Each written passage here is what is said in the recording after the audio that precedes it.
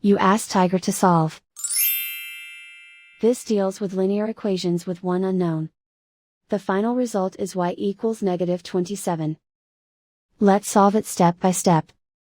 Group all y terms on the left side of the equation. Add 4y to both sides. Group like terms.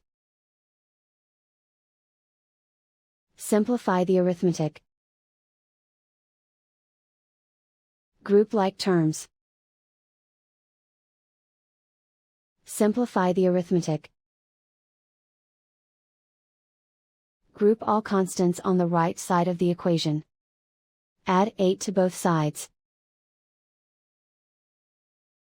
Simplify the arithmetic.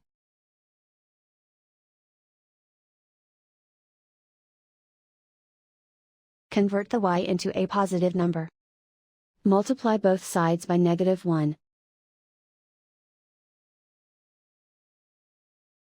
Remove the ones. Simplify the arithmetic. And so the final result is y equals -27.